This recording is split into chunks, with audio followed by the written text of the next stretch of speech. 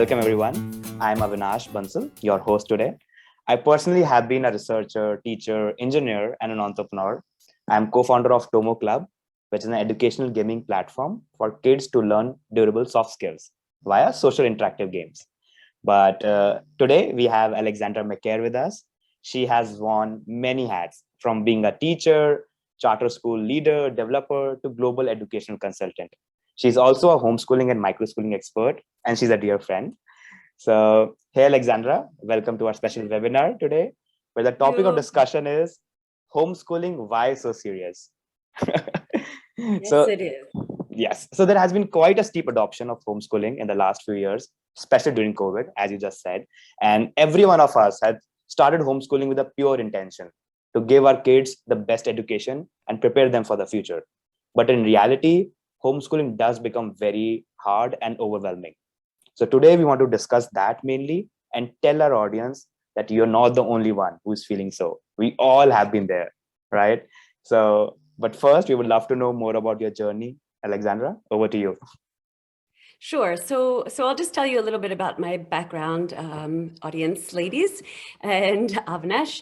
I started my journey similarly because I was looking for a better way. Also, I initially started my studies in this field because I was pregnant with my first daughter, and I suddenly felt ill-equipped to be the best mom I could be. So I started studying child development. And I loved being a mother, and I loved being knowledgeable about how my child was growing, that it intrigued me to pursue education so I could be home with my daughter and future children as much as possible, and also really feel like I had those tools to support them as best as I could. And so as I went into the public school system, and in that career, I worked with kids from special ed to gifted education, from preschool all the way up through second year college. And what I found really along the way was that I was being constantly met with these brick walls, or these boxes, as you put, Jessica, these boxes that I was required to make my students fit into and measure them against. So, and I never felt right to me. I just thought there must be a better way. I'm looking around in these schools and I'm seeing unhappy teachers, disengaged parents, miserable students, and it was really crushing for me personally as an experience. So I started pursuing more education and more degrees, looking for avenues to break through this very rigid bureaucratic system that we had created.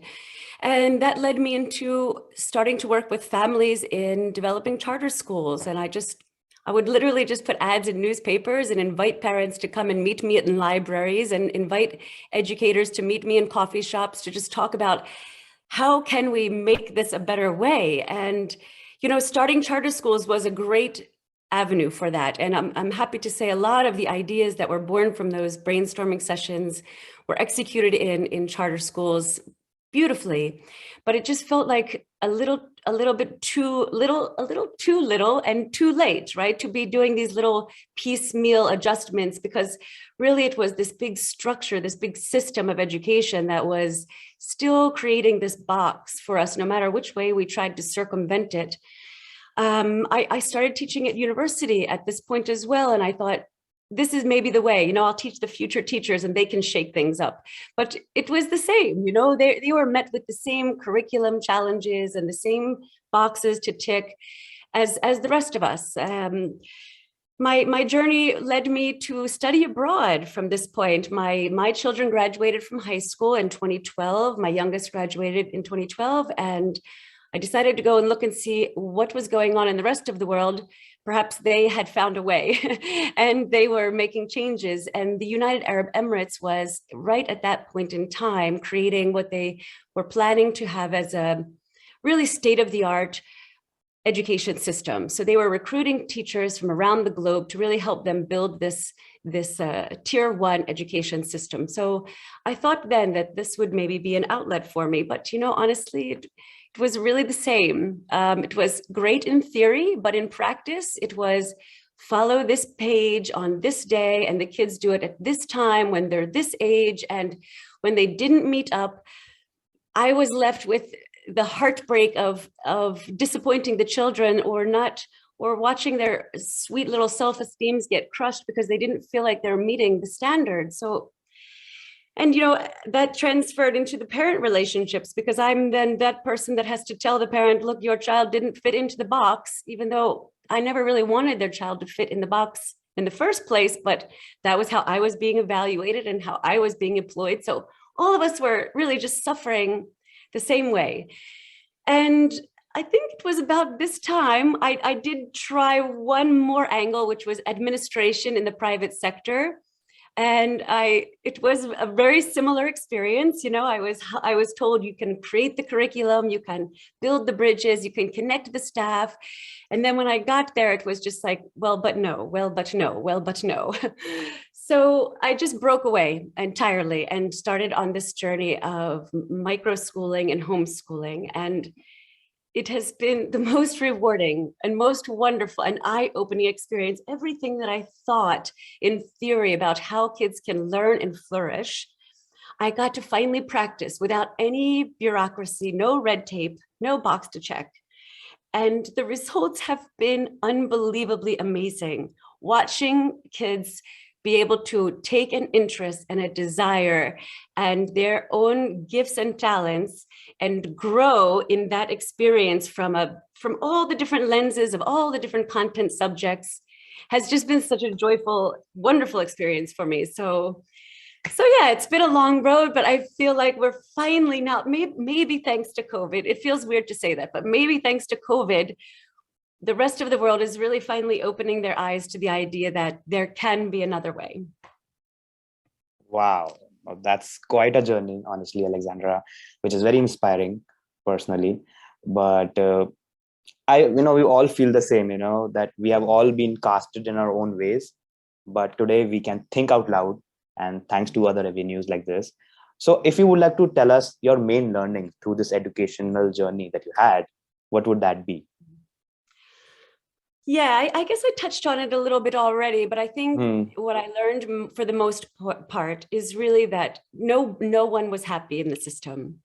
Yeah. Maybe the people at the very top of the food chain who are completely disconnected from the operations of the school and receiving a 6-figure paycheck, maybe they were happy. I don't know.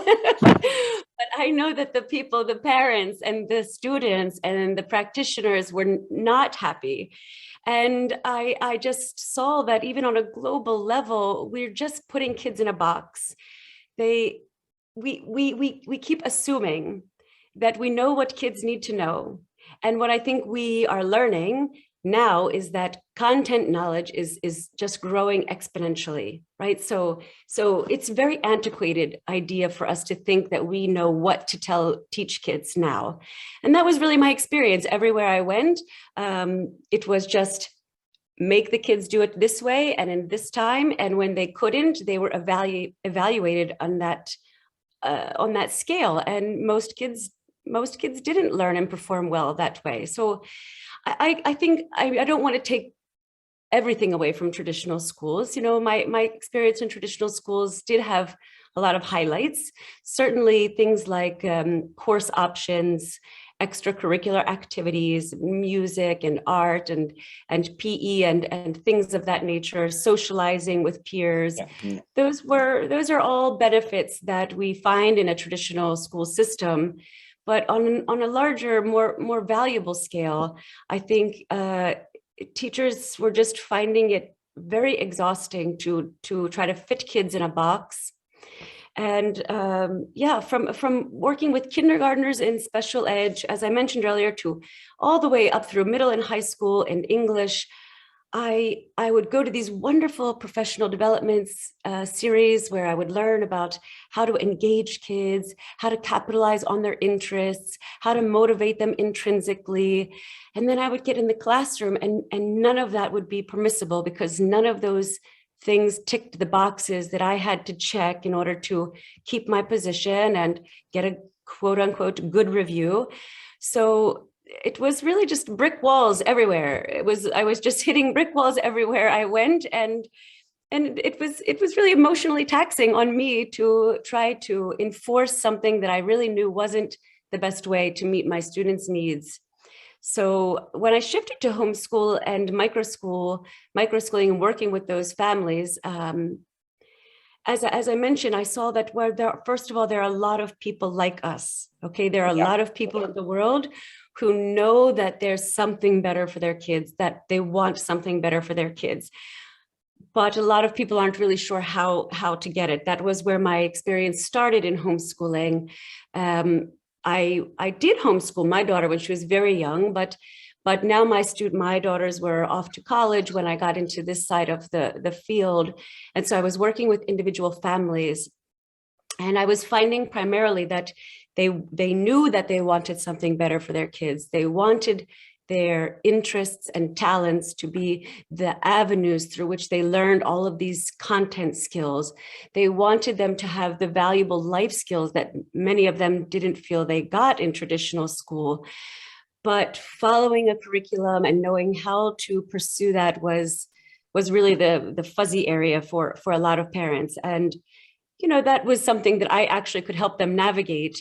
And so in that experience, as I helped people do that and created systems for them to do it, as I mentioned, really, the results have been amazing. I love what I do. I love what I do, and I love seeing my students love learning, that they are excited. This was with the feedback I would get from parents when I started helping them with homeschooling, was that they just couldn't believe that their kids were not complaining anymore, that they weren't fighting them to go to school, and that they were working across age barriers and subjects were integrated. And even that to parents was really mind-blowing, that, when I would go to a family with a 5, 7, and 9-year-old, and they would say, well, how are you going to do that with these 3 different ages? But I would just say, like, this is life, okay? In life, we don't work with people who are the same age as us, who have the same background, who have all the same skills. So we learn through this process that we all can contribute using our own unique gifts and talents and where we are in our learning journey. So yeah, so from the traditional nightmare, if I may call it that, all the way to my present experience with schooling is vastly different, and now it's much more like a dream. Nee, I am pretty sure you touched 2 main points that I want to highlight. One is the pace at which things are changing the world. The current schooling system can't match up. So if the way technology is changing, the way people perspective is changing, market is changing, right? So you need to make sure that the curriculum is also matching up the pace, right? And in the current hierarchy of systems, it can't happen, right? So that was very important point that you brought up. And I can see your passion about this thing is actually overbrimming in this entire session. I know, sorry, I sometimes get a little, I can't help myself because I love that. So we love that. But you also brought up, see, we understand, right, that there is a new hope of homeschooling, but it comes with sheer problems as well, which we can't ignore, right? So if you can mention that a little bit, because that's something which everyone also has concerns, that if they want to take this decision, it's gonna come up with a lot of responsibilities, right, from on the parent side, and they are already stressed, there's no doubt about it. So would love to know about your thoughts on the problem of homeschooling. Sure. I think from my experience with parents choosing homeschooling, that one of the major challenges for them is just feeling assured that their kids are getting the skills that they need, right? To go back to your first point about the curriculum, if we start there, even with a curriculum, which, to be frank, they're not really very user-friendly. And to be honest, a curriculum that was written even just 5 years ago is going to be antiquated to a certain extent. Agreed. Yes. So parents getting a curriculum in their hands that even says day 1, day 2, day 3, as they often do with scripted text, doesn't leave a parent assured that their kids are getting the right skills, because in navigating that curriculum, you still need to be able to be intuitive about what don't I need to teach. What can I let my learner linger on for longer if they're interested, or if they're capitalizing it? What things are just not valuable to us? What things are more valuable? There's still a lot of questions about how to navigate the prescribed curriculum. And I think most parents are really concerned about that. They want to know that their kids are getting the skills that maybe they didn't get in school, and Right. and to be also really that a lot of curriculums aren't ensuring that they are getting those valuable skills. But then also, if they do feel comfortable with the curriculum, how to navigate it and say, where should I stop? When do I keep going?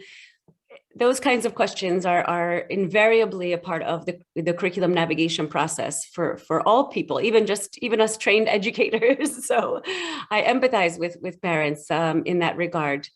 So yeah, that's what I think are the major challenges, just feeling sure that their kids are getting all of the skills that they need for life. And the curriculums aren't always the best place to make sure that that's happening. Absolutely got that. Yeah, go ahead. I'm sorry, Avinash, go ahead. Yes. So you did mention that school as a traditional system does solve certain problems, right? Whether it was extracurricular and the social interaction specifically, and the skills. So if right now, as a parent, I'm taking a decision to homeschool my kid, how do I ensure these things which traditional school used to cover up? That's a really great question. I think what we have to look at here for those solutions is we can look to technology. Okay, so I know that screen time for some parents is also an area where there's a bit of discomfort because we didn't grow up, most of us didn't grow up using screens, and so that leaves us feeling a little unsettled. But I think there's a lot of research and a lot of evidence for the value of using the resources that come with technology to make sure that we can get to the students those really valuable skills.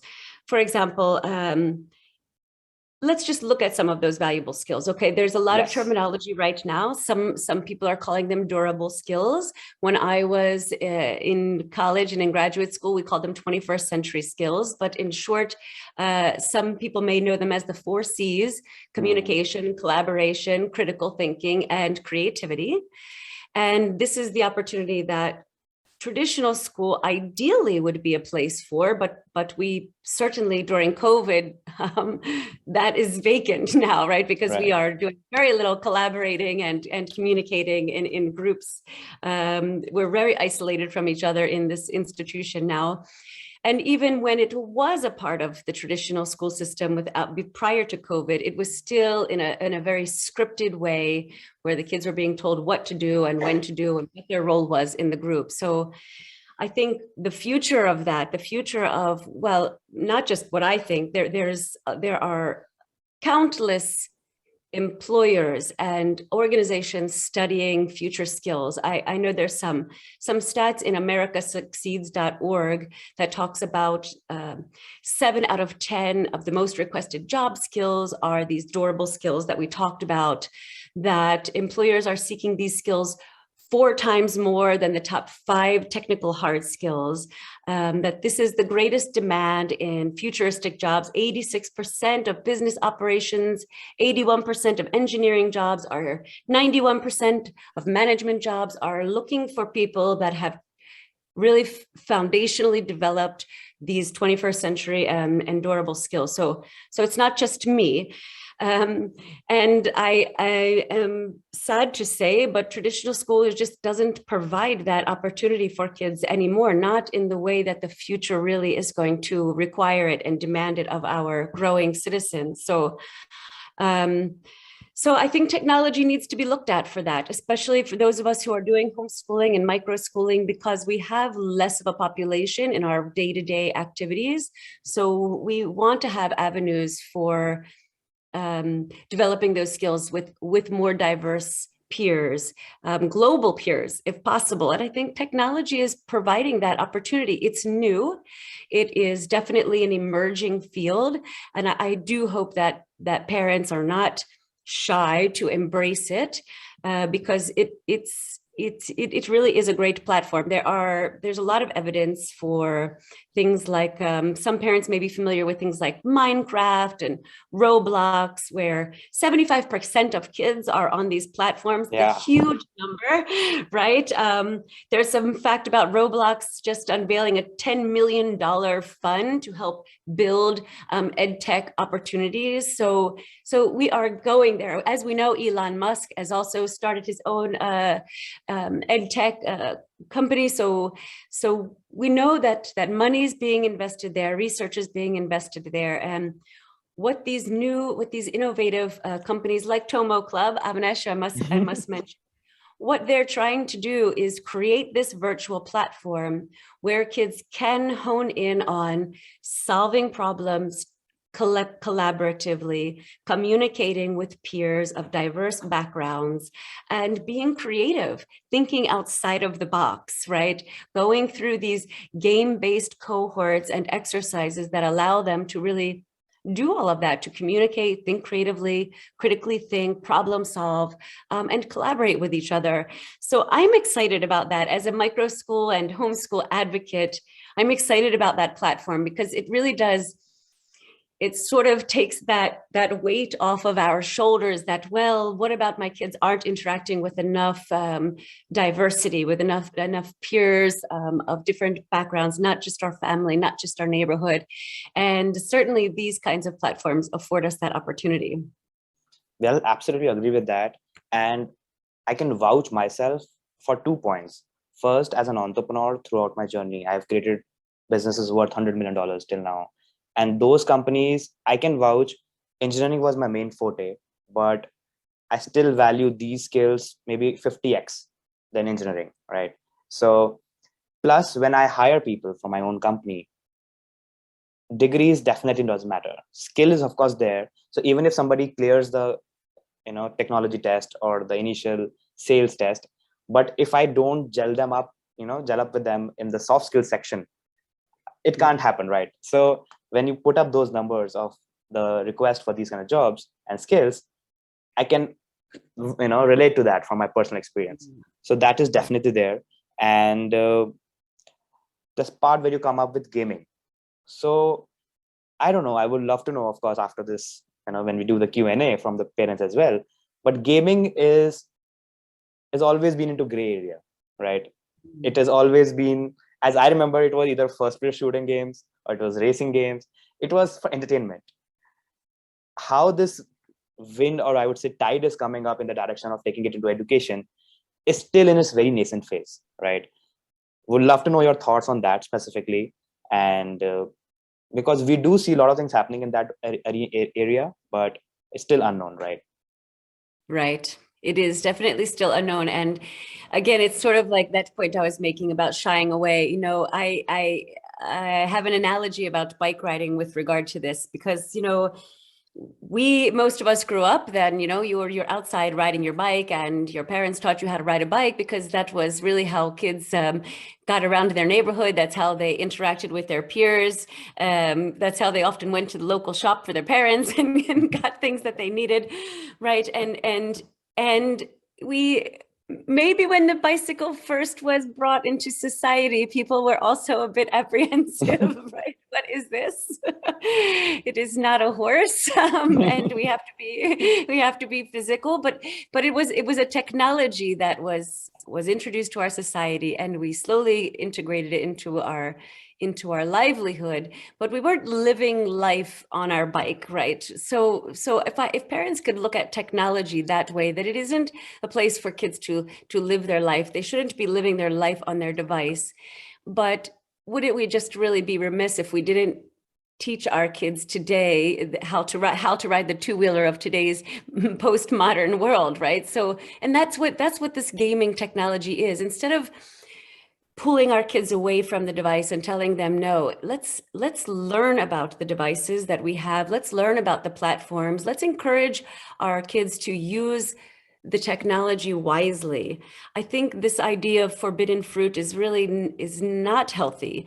And I'm sorry, I should give background about that. There are a lot of parents who really are against the use of devices. Screen time is taboo, right? And I've never been on that side of the team, so to speak. Even way back in the early 2000s when it was starting and people were very apprehensive about it, I just thought, this is just the next generation thing, and if we don't approach it properly, we're going to create the wrong ideas in our kids' heads. And I think to a certain extent, we have already started to create the wrong idea, but it's not too late. It's definitely not too late. As things like TomoClub and Roblox and Synthesis, as they start to emerge, parents then can put the device in their kids' hands, teach them how to use it properly, and let's really just be honest with each other. They are engaged with it, right? I mean, they love the devices. It's like having a record player taken away from you in the 80s. I mean, nobody wanted that to happen, right? So kids don't want their devices taken away from them. They want to know how to use them and how to engage with them. And as parents, we want them to engage with devices in a way that's going to really add value to their life. And that's really what this education gaming is all about in my mind.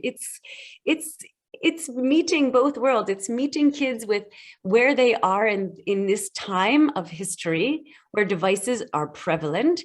And it's capitalizing on the skills that the present and future are demanding, which is interacting with global citizens, appreciating diversity, working through problems collaboratively. It's taking that and it's putting it together in a fun way that kids are engaged with. I mean, it's just, there's no denying it, you know, they want to play games. So let's give them the kind of games that are going to develop those really valuable, durable 21st century skills. I'm a big fan of it. I hope that that it keeps growing and it keeps expanding and more ideas come to help us all develop those skills in a fun, engaging way. Yeah, absolutely agree with you. In fact, I call that kids understand the language of games. So let's talk in that language only, right? So that is something I totally believe in. And yeah. And adding to your point, I think we underestimate kids a lot. Like a 7-year-old, a 6-year-old come up with so crazy thoughts that I feel, oh my God, how did they come up with that? So I think it's a big time underestimation of kids that is there. And honestly, sorry, go ahead, please. Sorry. And so, yeah, I think kids should be, nowadays, it's a buy-in from both kids' side and the parent side when they have to decide anything. When you mentioned earlier as well to Diane that, it has to be a buy-in from both sides, right? And coming to the last point that comes to my mind while talking to you is about peer-to-peer learning. That kids learn so much. Like I remember I used to learn so much from my own peers, right? Just before the exam or just before anything. That was way more than the entire year sometimes. So promoting this more behavior of P2P learning is very important. And I totally believe in so. But any closing remark you have about homeschooling? Because of course we have not touched a lot of things. We have just scratched. I think we're not even scratched the surface till now. No. And yes, so any closing remark you have?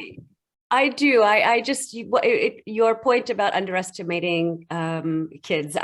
This is something that I've run into a lot when I'm trying to support homeschoolers, parents who want to do homeschooling or who are homeschooling. Actually, just had a conversation 2 days ago with a parent who was saying to me, I was talking about intrinsic motivation, and she was like, but I'm homeschooling my son now, and I don't see how he's going to be self-directed, how he's going to be an agent of himself. It's like pulling teeth, to get him to do anything. And really that's, in my opinion, that is coming from the place of dictating what he's supposed to be learning, right? So what I'm trying to help people interested in homeschooling with is the understanding of letting go of the what and really focusing on how.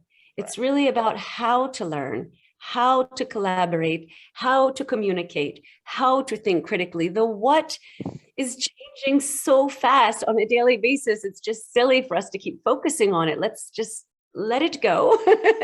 Let the what go and focus on the how, and let the what come from the learners, right? And that's a beautiful part of peer-to-peer learning as well. If we get kids involved in game-based cohorts, they are learning from each other. They're communicating with their peers saying, how should we solve this problem? How can we reach this goal? How can we achieve this stage, if you will, in a game, right? So it's so much more valuable. It's incredibly, without just really getting too passionate about it, it's difficult for me to observe kids in a learning environment when I see their brains just popping off with ideas about how can we do this really amazing, all these amazing things. And then some adult comes in and says, oh, but this, and then suddenly all of the ideas and the motivation and the inspiration is just, it's crushed, it's really crushed. And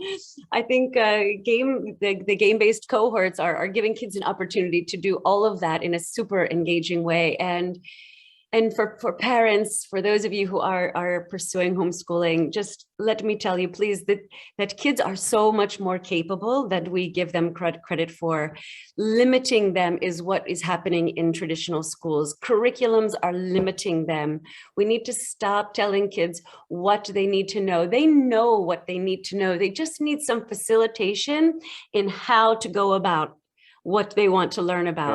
Right. And everything will fall into place if we can just focus on how and facilitate them and then let the learning explode naturally. Absolutely. We'll take up people question answers, but I want to add one last experience. Personally, that I have a lot of nephew and nieces. And one thing I realized is once you start getting honest with them and you talk about making them aware of things and their soft skills start developing, you start focusing on that, I have seen tremendous impact of those skills on their overall learning as well, whether it is science, maths, English, literature, everything else, they outshine in other departments as well once they become self-aware. And that only happens when you treat them like adults and start talking to them with honesty without throwing them on or whether imposing on it. So that is what my personal experience is, and that gave me belief. So yeah, I love having a conversation with you, and I'm enjoying myself too. Yeah, agreed. I think we have a couple of questions coming up, so why don't we pick them up? Great. So Mandy, would you like to present your own question? Or shall I? Hi. Yes. Hi.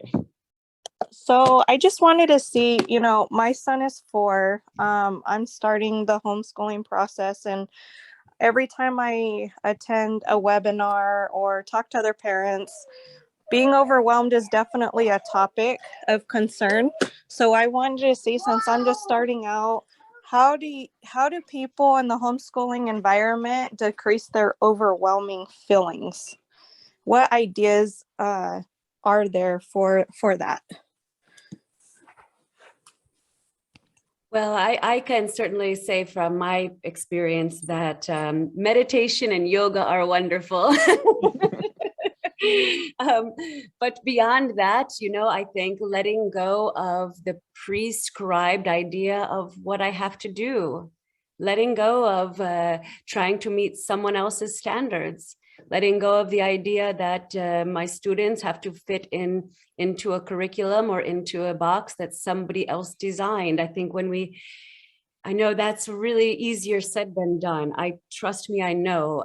But when we can step away from that, that's going to relieve a lot of pressure.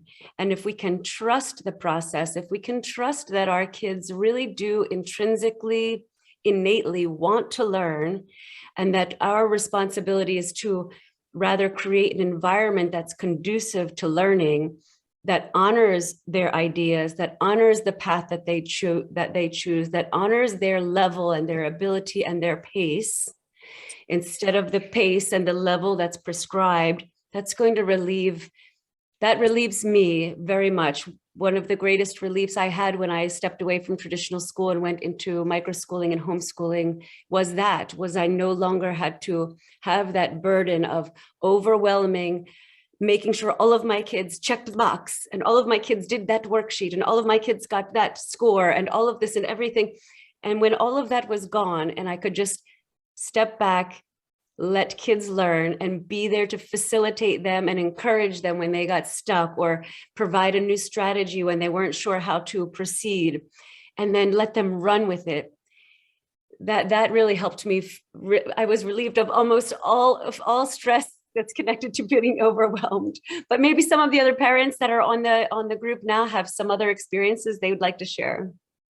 But I have a counter question to that as well. So let's say if we go back from jobs to high school, from jobs to college to high school, if we track that back and look at the age factor, look at the SAT scores and the upcoming colleges, how can you not compare your kid with a public school or a private school and going kid, when they also have to step into the same world, right? Of course, if you are into a different zone, like an artistic field or something like that, maybe you can take that route where you don't compare yourself. But when you have to go in the same mainstream things, how can you not feel overwhelmed with that? I honestly want to know that.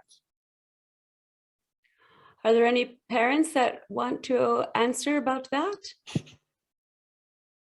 Shauna. We see Vikram raising a hand on that. Is it a question or you want to say something? No, I could address that. So from what I read, and I'm very new to this, and of course Alexandra has been guiding me. But from what I read, there is a distinction between micro schooling and then the curriculum that you have. So you could have, for example, if you're very concerned about those sort of outcomes, you could have a more traditional curriculum, but also that too done through play-based learning and for the teacher to make that curriculum fun. And then you'd find that even if you're doing a traditional curriculum, your kid would actually get much better results because it's just more efficient to have one teacher teaching the kid. And so I think those final SAT tests or school leaving tests, etc., generally are not a problem for kids who've been taught by good teachers following a curriculum. And you could go with either approach, the traditional curriculum approach or the play-based curriculum approach. A play-based might be more fun for the kids, and so you might find them able to get their attention for longer, but you could also do the traditional. And I think you should be quite confident about meeting those metrics. No one needs to shy away from those metrics. Yeah, that's a very good point. And I'd like to add too, there's recently an article was written from the founder of Learner-Centered Leadership when schools were reopening in the beginning of 2021, called Reopening Schools Starts with Re-examining Why It Exists in the First Place, which is somewhat of a harsh title, but the author really makes the point about looking at why are we still doing school the same way, and can't we look at it in a different way?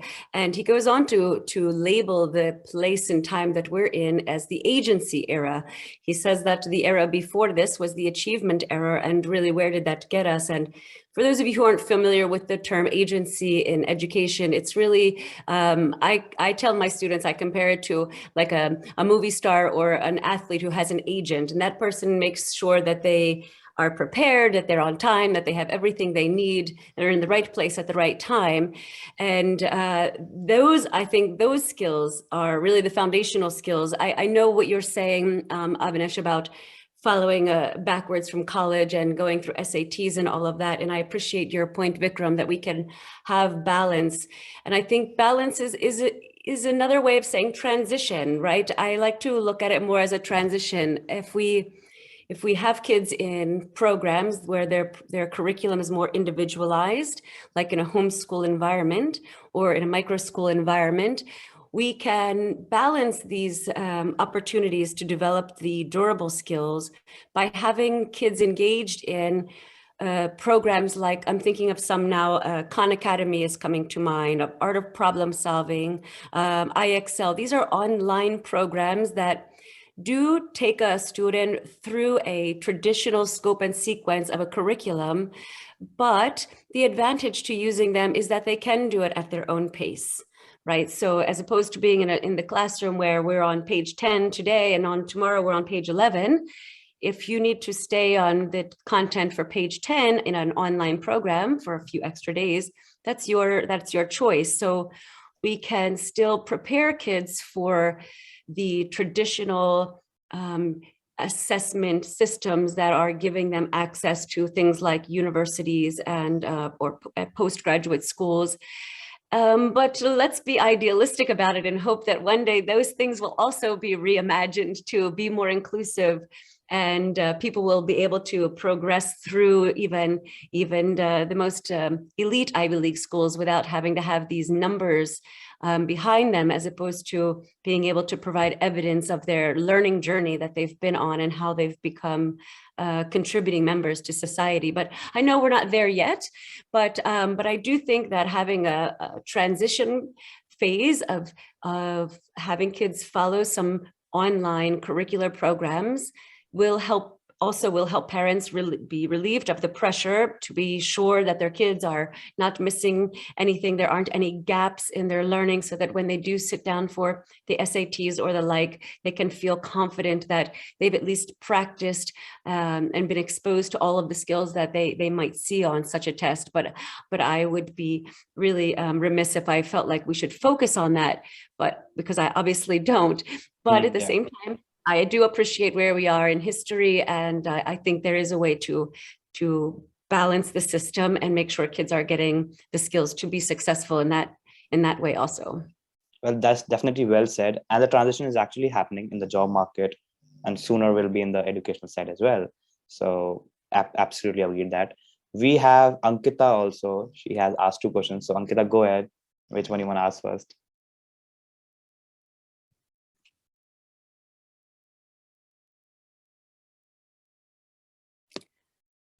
Sorry, Ankita, you have a question?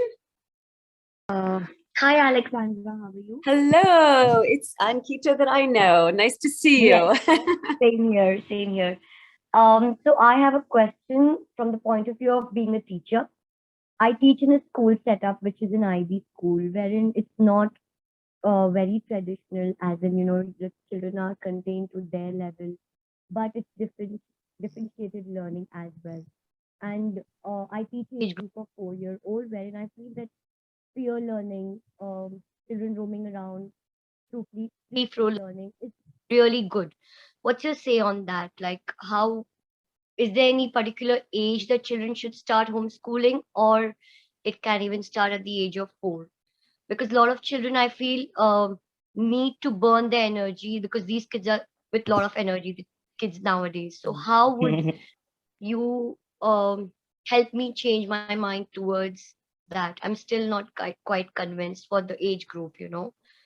Sure. I understand that, Ankita, and definitely, for some kids, that energy stays the same throughout life. So it's not always an age thing. Sometimes it's just their innate personality. But to be perfectly honest with you, I think that I don't look at school as a process that we engage with during a certain period of our life. I look at it as a lifelong pursuit, right? So the traditional school does kind of create this idea that, well, this is what we do from age 5 through 18, and or in the age of preschool, for sure, in age 3 and 4. I don't look at it that way at all. So I look at it as this is a lifelong pursuit, that we want to inspire kids to know that throughout their whole lives, they should be constantly learning, constantly growing themselves, developing new skills.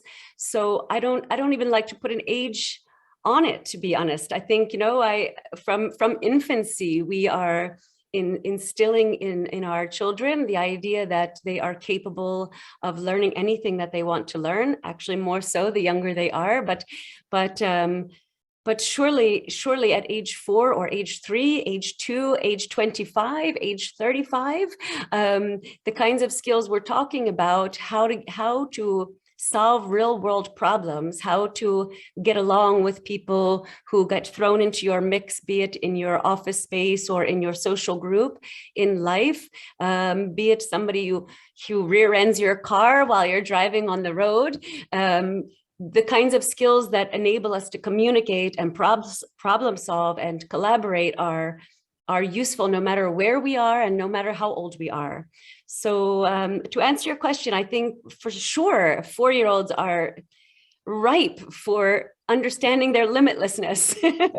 And at any age, kids are ready to understand that they're capable of doing anything. I hope that answered your question. I'm not sure if I did, but I hope so. Please Yeah, clarify. Please feel yeah. free to. It also, how would I know what kind of homeschooling is suitable for my family? Like, how would I gauge that? Because every family setup is different.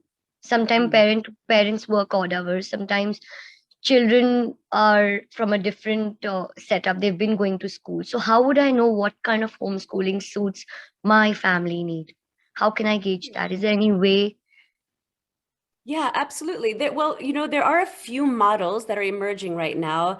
I myself am creating a model called AIM, Always Meaningful Education. And so there are different models out there that you can duplicate. There are, and I know Avinash is knowledgeable in some of these as well. I can speak to you about some of the models. For example, there's a model where teachers go and teach parents.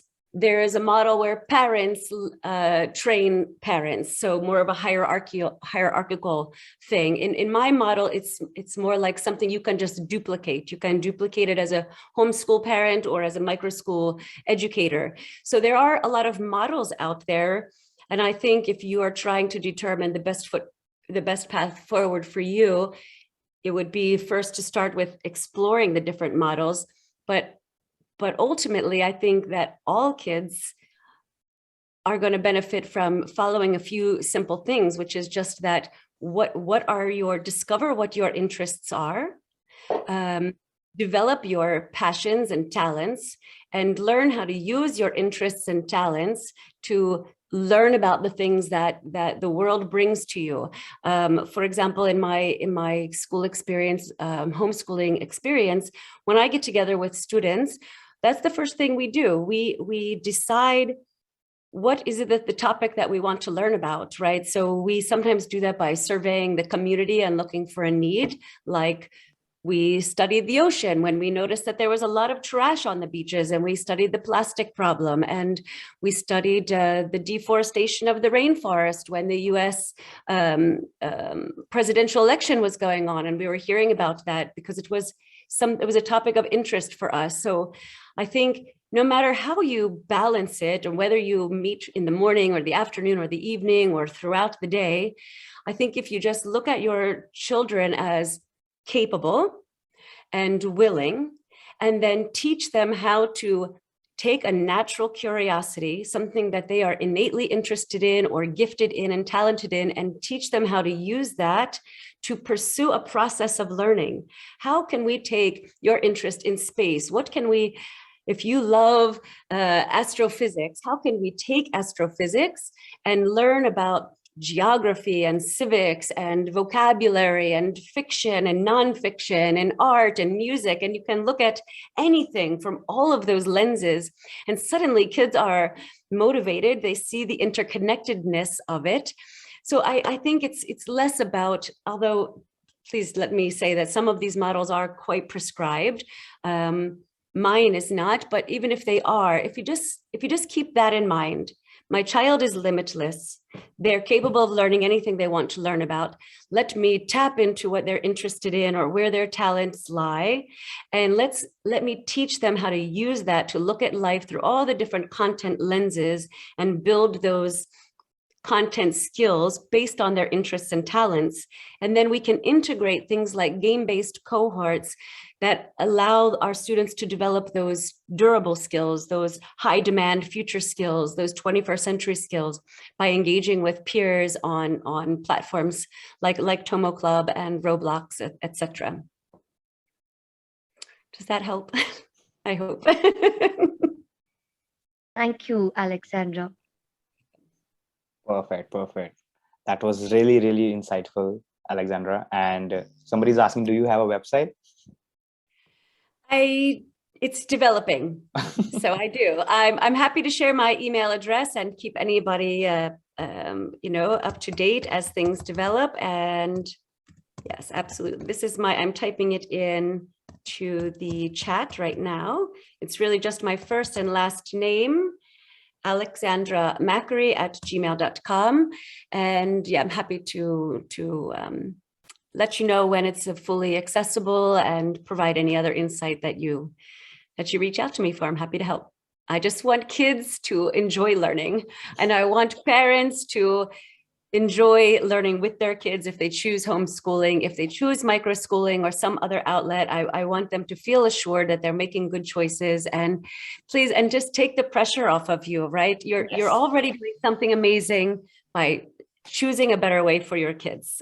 Just that alone is commendable. So if more of us will choose a better way, then better ways are surely going to continue to emerge, as they already have begun to, and they will be refined as we evolve as a human race. We will keep growing with our learners, and we'll keep growing with the things that are available to them. So it shouldn't be stagnant. Let's not let education be stagnant ever again. It was the same for so many centuries, and we're all a victim of that, but there are new horizons ahead, and I'm really excited to be a part of history in this time and place when education is ready for a revolution. Well, actually, I want to add one last point to that. As a person, I think my learning has never stopped. And with every day, I have to reinvent myself. So like someday, if I'm learning about sales, the other day I'm learning about marketing, and then I'm finding new ways to do that, or maybe doing something new about technology, people. There is so many skills that I am honestly acquiring every day. But if I look at the baseline of those skills, it is adaptive, right? To adapt to new things. So if I can inculcate that for one particular skill in my nephew, in my future kids, I will feel, that I have achieved something, right? Because it took me hard to get that skill into me, right? And it still doesn't come naturally, right? I still have to take deliberate effort to bring that up, but I'm still trying and still learning, and hope to continue to do so. Hopefully we all will continue, Avinash. That's the take home, right? Hopefully all of Yes. us will keep learning and growing, and we don't look at school as something that ends when we're 18 or 22. It's a lifelong pursuit. Absolutely agree with that. Thank you so much for having this session. It was very helpful, and thank you guys for joining in. It was really sweet of you to come on a Sunday afternoon to listen to us, and I hope you guys have some takeaways. If anybody has any ending remark, happy to just bring it up. And Avinash, Thank we you, should guys. point out too that we do want to have more of these. We want to have a Yes. continuation of series where we do get into more details about the things that are particularly of concern of parents. We when Avinash and I started talking about this initially, I was really hopeful that from the initial group of parents, we could understand more where their major concerns are, so that we can direct future webinars in the direction of giving you the direct information or skills or tools that you're seeking. Perfect. Definitely. I'll keep you updated with that, and hope to see you soon again, guys. Thank you. Thank you so much for coming, everyone. Bye-bye. Bye, guys.